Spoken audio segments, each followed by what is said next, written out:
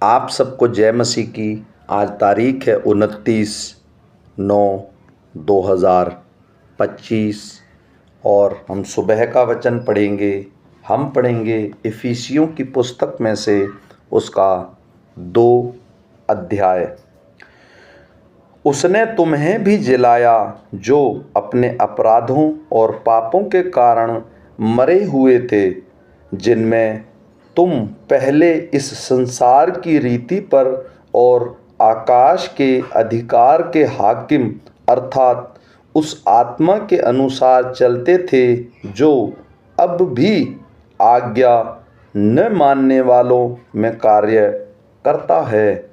इनमें हम भी सब के सब पहले अपने शरीर की लालसाओं में दिन बिताते थे और शरीर और मन की इच्छाएं पूरी करते थे और अन्य लोगों के समान स्वभाव ही से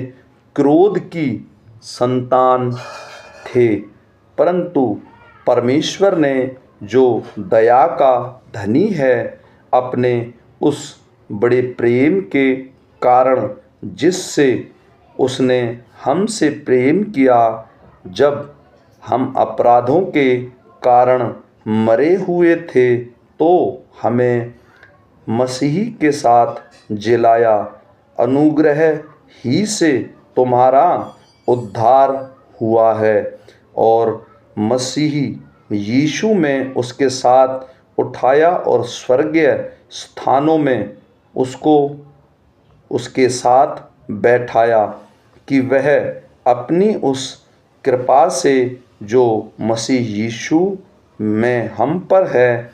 आने वाले समयों में अपनी अनुग्रह पर असीम धन दिखाए, क्योंकि विश्वास के द्वारा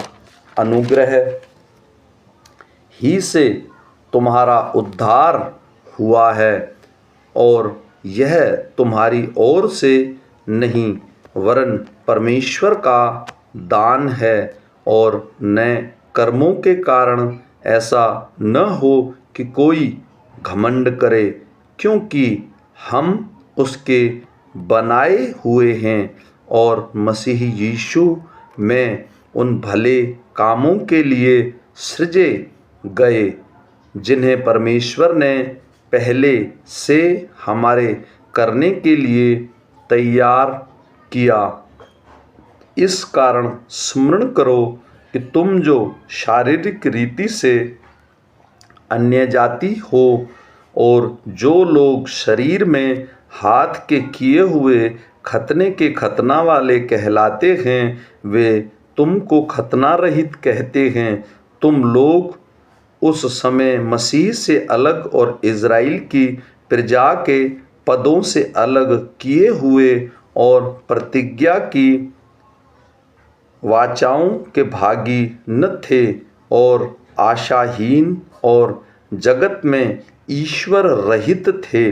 पर अब मसीह यीशु में तुम जो पहले दूर थे, मसीह के लहू के द्वारा निकट हो गए हो, क्योंकि वही हमारा मेल है, जिसने दोनों को एक कर लिया और अलग करने वाली दीवार को जो बीच में थी ढा दिया, और अपने शरीर में बैर अर्थात व्यवस्था, जिसकी आज्ञाएं विधियों की रीति पर थी, मिटा दिया, कि दोनों से अपने में एक नया मनुष्य उत्पन्न करके मेल करा दे, और क्रूस पर बैर को नाश करके इसके बाद